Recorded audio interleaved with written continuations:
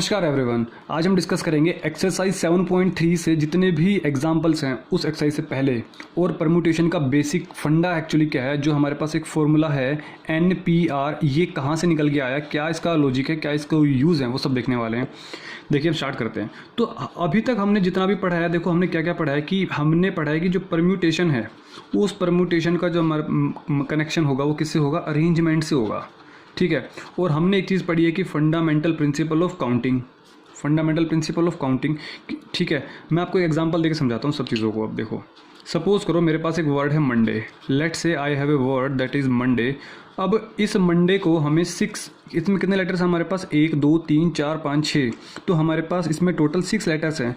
तो 6 लेटर्स को हमें इसमें किस तरीके से अरेंज कर सकते हैं। तो अरेंज करने को अगर बोला गया तो क्या हो जाएगा, हमारे पास मंडे भी हो सकता है ना। फिर इसको हम वर्ड्स हम चेंज करते रहेंगे, MONDYA हो जाएगा।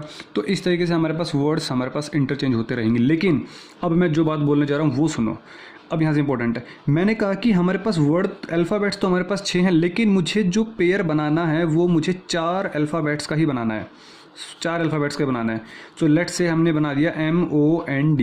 तो अब मैं इनको कितने तरीक़ों से अरेंज कर सकता हूँ वो हमारे पास इंपॉर्टेंट है, वो हमारे पास वर्ड क्वेश्चन है। ठीक है, तो 6 में से हमने 4 वर्ड्स को हमें अरेंज करना है, 6 में से 4 वर्ड को। अब 4 वर्ड हमारे पास ये भी हो सकते हैं और 4 वर्ड्स हमारे पास जो होंगे वो ये भी तो हो सकते हैं कि ONDA। तो 4 वर्ड्स हमारे पास ये भी हो सकते हैं, इनको भी अरेंज करेंगे। मतलब समझो कि अब जो मैं फॉर्मूला बात करेंगे जिस फॉर्मूले पे, इस फॉर्मूले के अंदर देखो हमारे पास पहले तो हमने सिलेक्शन किया, 4 वर्ड्स का सिलेक्शन किया, फिर बाद में मैं उन 4 वर्ड्स को अरेंज करने वाला हूँ। MOND, OMND, DOMN। तो बाद में मैंने इन 4 वर्ड्स को अरेंज किया। मतलब क्या है कि इस फॉर्मूले के अंदर कुछ थोड़ा सा पहले हम सिलेक्शन किया वर्ड्स का, उसके बाद अरेंजमेंट किया। So listen my words carefully. तो NPR फॉर्मूले को कैसे डिनोट करते हैं, देखो P के हमारे पास ऊपर होगा और जो R होगा वो नीचे होगा। इसका मतलब क्या हुआ, टोटल हमारे पास कितने वर्ड्स थे, 6 वर्ड्स थे। MONDAY हमारे पास 6 वर्ड्स थे। P से डिनोट होगा परम्यूटेशन, मीन्स हम अरेंज कर रहे हैं। बेसिक हमारे पास फंडा क्या, हमें अरेंज करना है। और हमारे पास R क्या डिनोट कर रहा है कि कितने वर्ड्स को हमने अरेंज करना है। कि जैसे इस एग्जांपल की अगर बात करो तो 6P4, तो हमें इन 6 में से 4 वर्ड्स को हमने अरेंज करना है। तो कैसे करेंगे, इसका हमारे पास एक फॉर्मूला होगा। फॉर्मूला क्या है हमारे पास, N factorial divided by N minus R का ब्रैकेट, फिर फैक्टोरियल लगाना है। देखो चीज़ों में डिफरेंस हो जाएगा। अगर सपोज आपने इस तरीके से लगा दिया कि N factorial divided by N minus R factorial, this is the wrong way, क्योंकि यहाँ पे सिर्फ R का फैक्टोरियल हो रहा है और फैक्टोरियल आप जानते हैं क्या होता है। तो हमारे पास ये फॉर्मूला लगने वाला है। इट मीन्स N की वैल्यू कितनी है हमारे पास, 6 है, और R की वैल्यू हमारे पास यहाँ पे कितनी है, 4 है। तो 6 का फैक्टोरियल क्या हो जाएगा हमारे पास, 6 factorial N minus R, means 6 में से 4 को माइनस कर देंगे तो हमारे पास क्या बन जाएगा, दिस वन। तो 6 फैक्टोरियल अपॉन में 6 माइनस 4 गया तो 2 फैक्टोरियल। अब इसको अगर मैं सोल्व करने बैठा तो क्या होगा हमारे पास, देखिए 6 multiply by 5 multiply by 4 multiply by 3 multiply by 2 factorial, क्योंकि जहाँ तक हम जाएंगे वो चीज़ कट कर देंगे। एक्सरसाइज 7.2 हम ऑलरेडी कवर कर चुके हैं। नीचे हमारे पास क्या है, 2 फैक्टोरियल। इट मीन्स वॉट कि हमारे पास ये क्या बन गया, 6 multiply by 5 multiply by 4 multiply by 3। Clear और नॉट। तो जब जो भी इसका आंसर आएगा, 6 5 30, 4 3 12, तो 12 3 360। मतलब आप 360 वेज से मंडे को 4 अल्फ़ाबेट्स का पेयर जब बनाओगे तो आप अरेंज कर सकते हो। क्लियर। सो NPR का फॉर्मूला कैसे यूज़ होने वाला, चल गया पता। अब ये जो हमारे पास स्टेटमेंट है, इसको लिखने का देखो वे भी होता है। तो हमारे पास N की टर्म्स में अगर लिखना चाहूँ तो, बट आपको सिर्फ फॉर्मूला याद रखना है और कुछ याद नहीं रखना। अभी जो बता रहा हूँ थोड़ा सा एडिशनल है आप लोगों के लिए, फिर भी सुन लीजिए। देखिए जो NPR है, इसकी जो एग्जैक्ट फॉर्म होगी हमारे पास क्या हो जाएगी, N इंटू में N माइनस 1 इंटू में N minus 2 dash dash dash N minus R plus 1। इससे सोल्व करो या इससे सोल्व करो, हमारे पास बातें सेम आने वाली है, बट आप इसको यूज़ करेंगे, इसको यूज़ नहीं करेंगे। अगर देखो हमारे पास N की वैल्यू कितनी थी, 6 थी ना, 6 थी, तो यहाँ पे 6 डालो जरा। 6 में से 1 गया 5, 6 में से 2 गया, 6 में से 2 गया, कितना हो जाएगा हमारे पास। ऐसे हमारे पास चलता रहेगा। कब तक चलता रहेगा, जब तक हमारे पास लास्ट टर्म नहीं आ जाएगी। लास्ट टर्म, इस पहले लास्ट टर्म को सोल्व कर लेते हैं।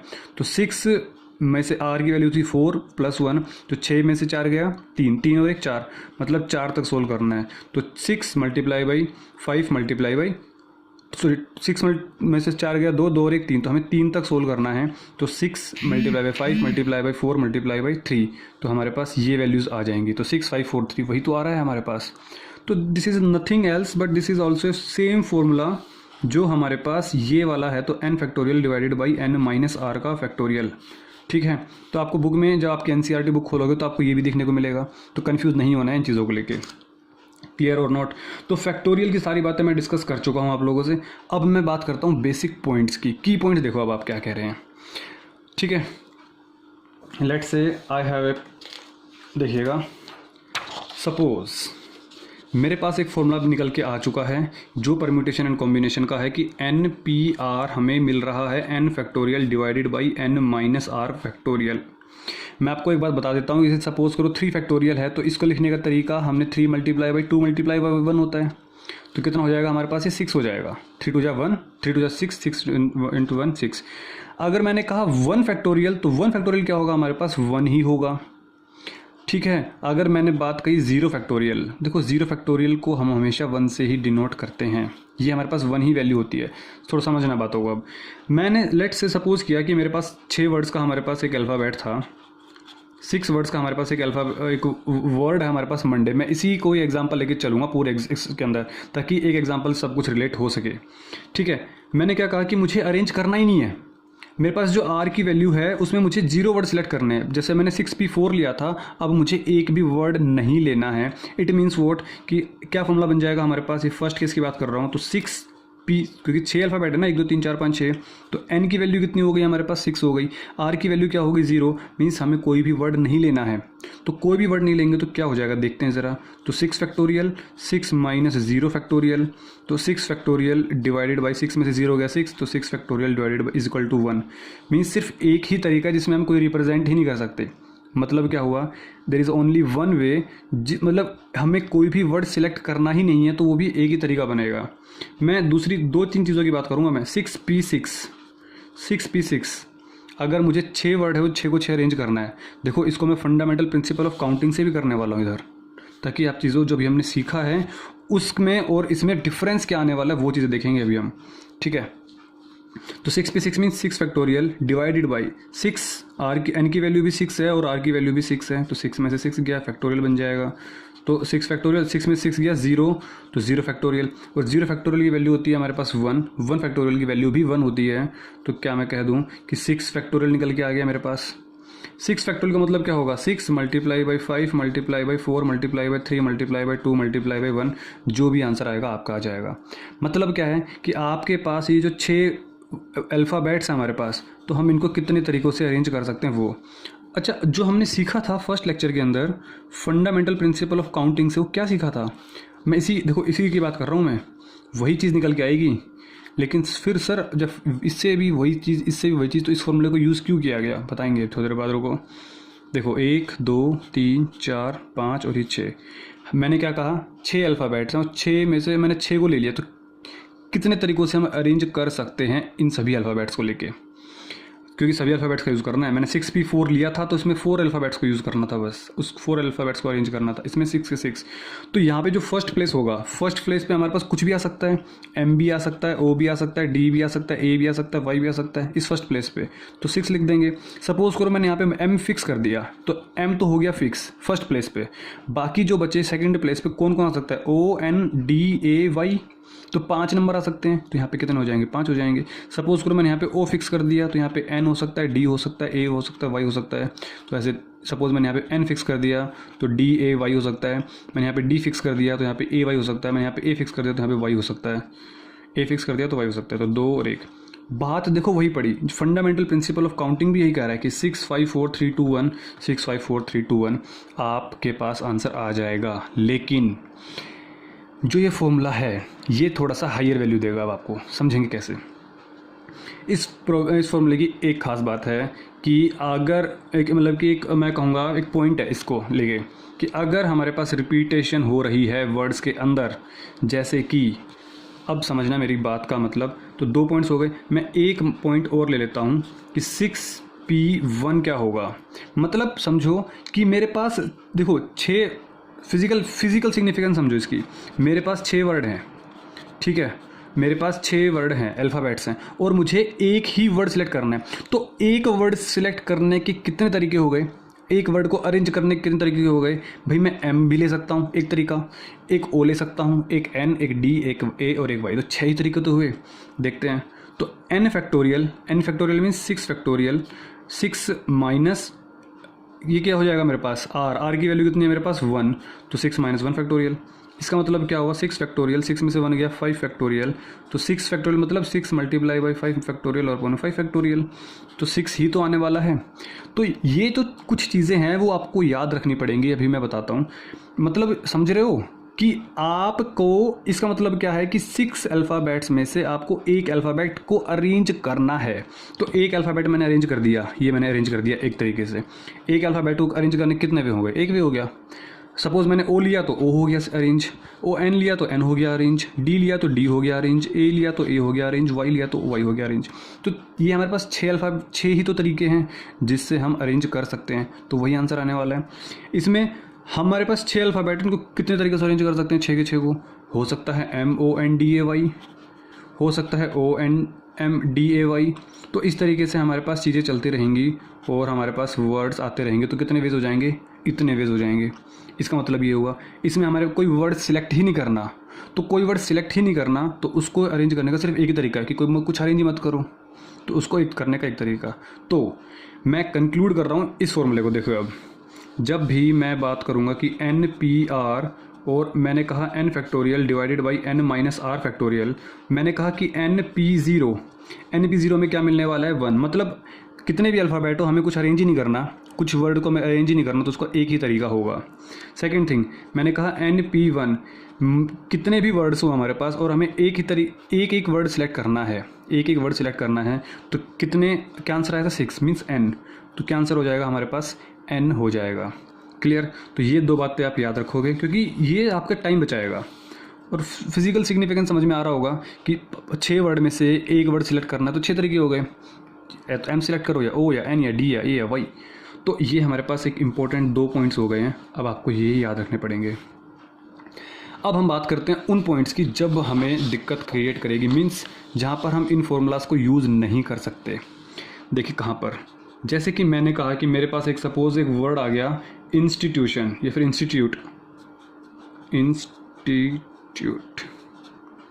Listen my word. यहाँ पर हमारे पास हमने ध्यान से देखा कि वर्ड को तो मैं अरेंज कर दूंगा, लेकिन इससे पहले मैं आपको 2 चीज़ और बता देता हूँ, 2 चीज़ और सुन लो। इससे पहले मैं एक छोटा वर्ड ले लेता हूँ ताकि आपको समझ में आ जाए। देखो सपोज करो मैंने वर्ड ले लिया जू, मैं पहले इसकी बात करूँगा, बाद में इस पे आऊँगा क्योंकि थोड़ा लंबा वर्ड हो गया, इसमें हमें काफ़ी प्रॉब्लम्स क्रिएट होगी। मैं जो बातें बोल रहा हूँ बस उसका आप आंसर देना, मैं गारंटी ले रहा हूँ आपको समझ में आ जाएंगी चीज़ें। देखो बेसिक कॉन्सेप्ट समझना। अब आप इसमें हमारे पास कितने अल्फ़ाबेट हैं, इसमें हमारे पास 3 अल्फ़ाबेट हैं सर। अब आप इसको कितने तरीक़ों से अरेंज कर सकते हो। मैंने कहा अगर मैं इसके अंदर FPC लगाता, 2 तरीके होंगे। देखो 2 चीज़ें बता रहा हूँ मैं यहाँ पे।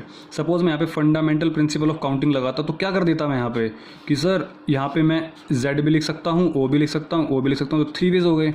यहाँ पे मैं सपोज़ मैंने Z को फिक्स कर दिया तो 2 O बच गए, तो 2 में से कोई सा भी O ले सकता हूँ।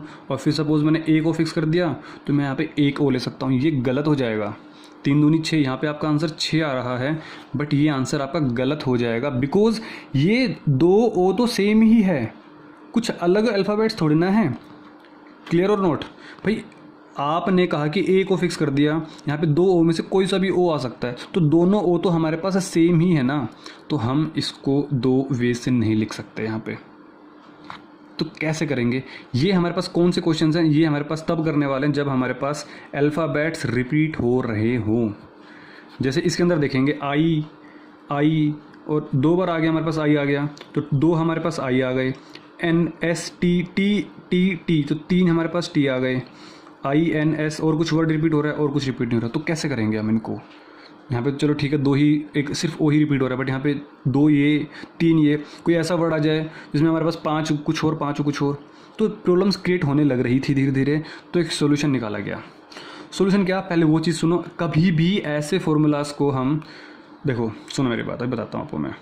हमारे पास कितने अल्फ़ाबेट्स टोटल, 3, 1 2 3। सो हमारे पास फैक्टर्स हैं, 3 नंबर्स हैं, तो हम क्या करते थे 3 इंटू 2 इंटू 1, तो 3 फैक्टोरियल तो करेंगे ही करेंगे।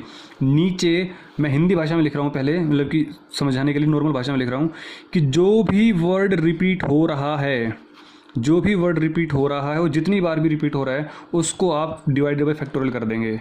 क्यों सर क्यों? देखो समझो, टोटल कितने वर्ड थे 3, तो 3 फैक्टोरियल।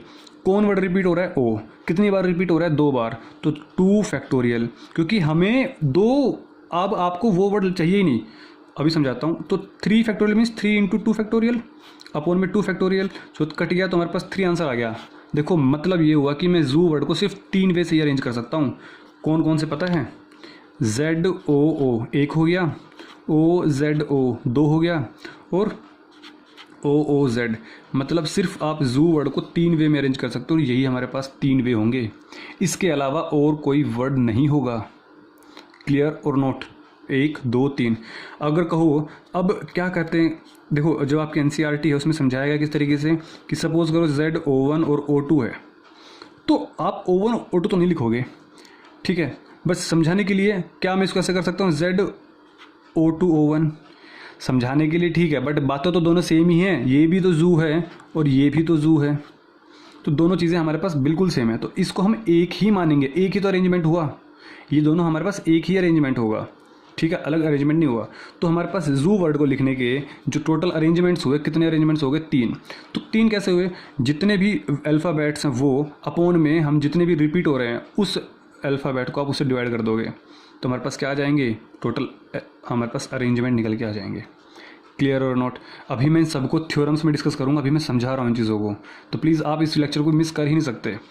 अगर आपने लेक्चर मिस किया ये वाला, इट मीन्स आपको परम्यूटेशन एंड कॉम्बिनेशन का कुछ भी नहीं पता। अभी तक जो सीखा वो बच्चों वाली चीज़ें थी, अब हमारे पास अच्छी चीज़ें आने वाली है। सो जू हमारे पास रिप्रेजेंट करने के 3 वेज हो गए। अब मैं बात करता हूँ इंस्टीट्यूट। सुनो मेरी बात, जो वर्ड हमारे पास इंस्टीट्यूट है, इसके अंदर पहले हमें ये देखना होगा, कोई भी वर्ड होगा तो हमें सिर्फ ये देखना होगा कि कितने वर्ड्स हमारे पास रिपीट हो रहे हैं और कौन कौन से वर्ड हो रहे हैं रिपीट, ठीक है। तो आई हो, देखा हमने, आई 2 बार हो रहा है, 1 आई 2 आई, ठीक है। एन नहीं हो रहा, एस नहीं हो रहा, टी 3 बार हो रहा है, 1 2 और 3, तो आई लिख चुके हैं, यू और ई, ठीक है। तो ये हो गए। तो मैंने कहा कि इसमें बता दो कि रिक्वायर्ड अरेंजमेंट्स कितने पॉसिबल हैं, रिक्वायर्ड अरेंजमेंट्स कितने पॉसिबल हैं। तो मैं कहूँगा कि टोटल नंबर्स कितने हो गए हमारे पास? 1 2 3 4 5 6 7 8 9, टोटल हमारे पास 9 अल्फ़ाबेट हैं, तो 9 फैक्टोरियल। रिपीट हो रहे हैं वो उनका मल्टी फैक्टोरियल कर दो, तो 2 बार आई रिपीट हो रहे हैं तो 2 फैक्टोरियल से डिवाइड कर दिया, मल्टीप्लाई बाई 3 बार हमारे पास टी रिपीट हो रहा है तो 3 फैक्टोरियल से हमने डिवाइड कर दिया। तो इसको हम सोल्व कर देंगे तो क्या हो जाएगा? 9 फैक्टोरियल। 2 फैक्टोरियल का तो चलो इसको सोल्व कर ही देते थोड़ा सा। 9 factorial means 9 multiply by 8 multiply by 7 multiply by 6 5 4 और ये 3 फैक्टोरियल। 2 फैक्टोरियल का 2 इंटू 1 हो जाएगा, और 3 फैक्टोरियल को मैंने 3 फैक्टोरियल लिख दिया क्योंकि 3 फैक्टोरियल से 3 फैक्टोरियल मेरे पास कैंसिल आउट हो गया, 2 1 ज़ा और 2 2 ज़ा। तो अब आप इसको सोल्व कर देना, 9 8 7 6 5, 2 को मल्टीप्लाई कर देना, जो भी आएगा आपका पास वो आंसर आ जाएगा। मतलब आप इंस्टीट्यूट वर्ड को इतने वजह से अरेंज कर सकते हो। लेकिन अगर सपोज मेरे पास इसमें कोई भी अल्फ़ाबेट रिपीट नहीं होता, कोई भी अल्फ़ाबेट रिपीट नहीं होता, तो हम उसको फिर कैसे कर देते? सिंपली 9 फैक्टोरियल से कर देते हैं bye fundamental principle of counting, अगर रिपीट नहीं होता तो। लेकिन इसमें क्या हो रहा है? रिपीट हो रहा है। तो 2 बातें समझ में आ गई। दीज टू टॉपिक्स, मतलब दीज जो इस पेज पे मैंने जो भी बातें लिखी हैं, these 2 points are very very important to related to your chapter. अगर ये दोनों बात समझ में आ गई तो मैं कह रहा हूँ 7.3 एक्सरसाइज खत्म हो गई आपकी। क्लियर और नोट? ठीक है। अब मैं आपको कुछ बातें बताता हूँ, वो देखो। अब इसके अंदर हम NPR फॉर्मूला यूज़ नहीं कर सकते। क्यों नहीं कर सकते? क्योंकि हमारे पास इसमें वर्ड्स अल्फ़ाबेट्स रिपीट हो रहे हैं, हम उसको यूज़ नहीं कर पाएंगे। तो यहाँ पे आपने देखा होगा कि इसमें हमने क्या यूज़ किया? NPR फॉर्मूले का। हमने कोई यूज़ नहीं किया परम्यूटेशन फॉर्मूले का। इसमें हमारे पास ये चीज़ लगेगी 9 factorial divided by 2 factorial into 3 factorial. Clear? So अब देखो मैं कुछ थ्योरम्स डिस्कस करने वाला हूँ, वो थ्योरम्स हम इन्हीं बातों पर डिस्कस करने वाले, सारी की सारी बात जो अभी तक हमने पढ़ी है। ठीक है। सो फर्स्ट थ्योरम देखते हैं, the number of permutation of N different objects taken R at a time. तो हमारे पास हमने कौन सा वर्ड लिया था? हमने मंडे लिया था। तो मंडे में हमारे पास कितने अल्फ़ाबेट्स थे? हमारे पास 6 अल्फ़ाबेट्स थे। हमने कितने अल्फ़ाबेट्स लिए? हमने लिए थे 4 अल्फ़ाबेट्स। ठीक है। NPR के अंदर 6 में से 4 अल्फ़ाबेट लिए थे, मतलब 6 में से 4 अल्फ़ाबेट को कैसे कैसे हमें अरेंज करना है। तो taken R at a time where. अब एक बात सोचो, ये जो जीरो है, कौन सा, ये जो आर की वैल्यू है, ये जो आर की वैल्यू है, क्या कभी 6 से बड़ी हो सकती है? कभी 6 से बड़ी नहीं हो सकती ना भाई। 6 अल्फ़ाबेट है, तुम 7 अल्फ़ाबेट्स कैसे ले सकते हो? तो आर की वैल्यू हमारे पास 6 से लेस देन होगी। और जो आर है, देखो वैसे कहने को 0 भी हो सकता है, क्योंकि हमने अभी जो एग्जांपल लेके देखा था कि 6P0, मतलब हमें 6 में से कोई वर्ड अरेंज ही नहीं करना, लेकिन जनरली वे में हमारे पास आर की वैल्यू 0 से बड़ी ही मिलेगी आपको। 1 2 3 4 5 6, तो यहाँ पे लिखा गया आर की वैल्यू हमारे पास 0 से बड़ी मिलेगी। और एन की वैल्यू ऑब्वियसली पता 6 मिल सकती है, 6 से लेस देन मिल सकती है। कभी भी आपको ये देखने को नहीं मिलेगा 6P7, ये कभी देखने को नहीं मिलेगा। ठीक है, तो ये चीज़ क्लियर हो गई। ऑब्जेक्ट्स डू नॉट रिपीट, देखो अभी अभी मैंने बताया आपको, जैसे मैंने जो समझाया आपको इंस्टीट्यूट वर्ड लेके, यहाँ पे हम इसका फॉर्मूले का यूज़ नहीं करेंगे। तो वही बात बोल रहा है कि हम NPR फॉर्मूले को डू नॉट रिपीट, जहाँ पे यूज कोई रिपीट नहीं होगा, हम सिर्फ वहीं पे यूज़ करने वाले हैं। क्लियर और नोट। और मैंने उससे पहले बताया था कि n into n minus 1 into n minus 2, उस फॉर्मूले का सेकेंड वे यही तो है कि आप इसको कितने तरीक़ों से लिख सकते हो। तो दिस हो जाएगा हमारे पास, which is denoted by NPR। तो फर्स्ट थ्योरम हमारे पास ये कहती है कि NPR फॉर्मूला है, ये जो R है वो हमारे पास ऑब्वियसली बात है n से कम होगा, और ये फॉर्मूला वहाँ पे यूज़ होगा जहाँ पे हमारे पास वर्ड्स रिपीट नहीं होंगे। सेकंड थ्योरम देखते हैं, बोलता है कि the number of permutation of n different objects taken R at a time where repetition is allowed. अब लिसन, मैंने कहा कि मेरे पास सपोज करो मंडे ही है, मुझे इसको लिखना है कि अगर मेरे पास वर्ड्स रिपीट हो जाते हैं, सुनो मेरी बात, मेरे पास कितने प्लेसेस हैं? 6 प्लेसेस हैं, 1 2 3 4 5 और 6। हमने क्वेश्चन भी किए हैं 7.1 एक्सरसाइज में, मैं वही रिपीट कर रहा हूँ। The number of permutation means number of arrangement of n different objects taken R at a time where repetition is allowed. मैं 2 केस ले लेता हूँ, case number 1 and case number 2। तो केस नंबर 2 में सपोज करो मुझे 4 अल्फ़ाबेट ले लिए, 1 2 3 4। मैं कह रहा हूँ रिपीटेशन अलाउ कर रहा हूँ, मतलब समझो कि सपोज करो यहाँ पे पहले प्लेस पे मेरे पास कौन से वर्ड आ सकते हैं? MONDAY, कोई भी 6 में से कोई भी वर्ड आ सकता है, 6। अब रिपीटेशन अलाउ है, सपोज करो मैंने यहाँ पे M फिक्स कर दिया, तो यहाँ पे दोबारा भी M आ सकता है, MONDAY। अभी भी मेरे पास 6 के 6 ऑप्शन खुले हैं इस बॉक्स के लिए। मैं 6 में से कोई भी अल्फ़ाबेट यूज़ कर सकता हूँ इस वाले केस के अंदर। समझो बात को, रिपीटेशन अलाउ कर रहा हूँ। रिपीटेशन मतलब M था तो यहाँ पे भी M आ गया, मतलब ये वर्ड भी पॉसिबल है मेरे पास। M 6 वर्ड्स का चाहिए ना मुझे, तो ये वर्ड भी मेरे पास पॉसिबल है, तो ये वर्ड भी काउंट हो जाएगा। O ये वर्ड भी पॉसिबल है। MM ये वर्ड भी पॉसिबल है। तो हमने रिपीटेशन को अलाउ कर दिया, तो इस वाले बॉक्स के अंदर हमारे पास MONDAY 6 के 6 में से कुछ भी आ सकता है। इसमें हमारे पास 6 के 6 में कुछ भी आ सकता है, कुछ भी आ सकता है, कुछ भी आ सकता है, कुछ भी आ सकता है। वही तो बात हुई। अच्छा, अगर मेरे पास सपोज 6 में से, ये तो हमारे पास 6 वर्ड्स थे, 6 अल्फ़ाबेट्स थे, 6 में से सपोज मुझे 4 अल्फ़ाबेट सिलेक्ट करने हैं, तो कितने होंगे? देखो यहाँ पे कौन कौन आ सकते हैं? M भी आ सकता है, OBNDAY, तो 6 के 6 वर्ड आ सकते हैं। ठीक है, अगर मैंने M को फिक्स कर दिया तो कौन बचे? ONDAY, तो 5 अल्फ़ाबेट बचे मेरे पास, लेकिन रिपीटेशन अलाउ कर रहा हूँ, तो M दोबारा भी आ सकता है मेरे पास, तो MONDAY, तो मेरे पास फिर दोबारा से 6 के 6 अल्फ़ाबेट में से कुछ भी आ सकता है, तो मेरे पास ये 6 हो जाएगा। समझ आ रही है बात? तो यहाँ पे भी रिपीटेशन अलाउ हो रहा है तो 6 आ सकता है, यहाँ पे भी रिपीटेशन अलाउ होती है 6 हो रही है। मतलब क्या हो रहा है कि मैं इसको जब मल्टीप्लाई करूँगा, जब मैं इसको सोल्व करूँगा तो कितना हो जाएगा? 6 multiply by 6 multiply by 6 multiply by 6। कहने का मतलब ये है 6 की पावर 4। जो अभी अभी हमने सीखा था कि NPR, यहाँ पे हमारे पास अगर रिपीटेशन अलाउ हो रहा है, देखो समझना मेरी बात को प्लीज़, इधर उधर मत कर देना। अगर वैल्यू रिपीट नहीं हो रही है तो मैं यूज़ करूँगा NPR, और अगर रिपीट हो रहा है तो मैं यूज़ करूँगा N की पावर R। क्या यूज़ करूँगा? N की पावर R। 6 वर्ड्स का मेरे पास ऑब्जेक्ट था, 4 वर्ड्स को हमें अरेंज करना था, लेकिन रिपीटेशन था, तो 6 की पावर 4 मतलब N की पावर R। क्लियर और नोट? तो जहाँ पे मैंने कंक्लूड किया था बातों को, आप वहाँ पे 2 बातें भी लिख सकते हो। मैंने यहाँ पर इस बातों को कंक्लूड किया था ना, तो मैं यहाँ पे 2 बात और लिख देता हूँ कि अगर हमारे पास डू नॉट रिपीट हो रहा है तो NPR, और अगर रिपीट हो रहा है तो N की पावर R। ये रटना तो नहीं पड़ेगा ना, अब ये तो फंडामेंटल प्रिंसिपल काउंटिंग से हमने समझा दिया अच्छे तरीके से चीज़ों को। तो हमारे पास सेकंड थ्योरम भी क्लियर हो गई। The number of permutation of n different object taken R at a time where repetition is allowed is n to the power R। अब हम बात करते हैं थर्ड की। देखो मैंने सारी बातें समझा दी हैं, बस अब आपको मैं थियोरेटिकल वे समझा रहा हूँ। बोल रहे the number of permutation of N objects where P objects are of the same kind. Hindi में समझाऊँ? ये कह रहा है कि अगर हमारे पास the number of permutation of 9 objects, इसकी बात कर रहा हूँ, 9 ऑब्जेक्ट्स, यहाँ पे 9 लिख दो, where P objects are of the same kind, where 2 and 3 objects are of same kind. लेकिन अभी पहले छोटा वाला केस ले रहा है, इसकी बात कर रहा है भाई। ये थ्योरम नंबर 3 इस पे बेस्ड है।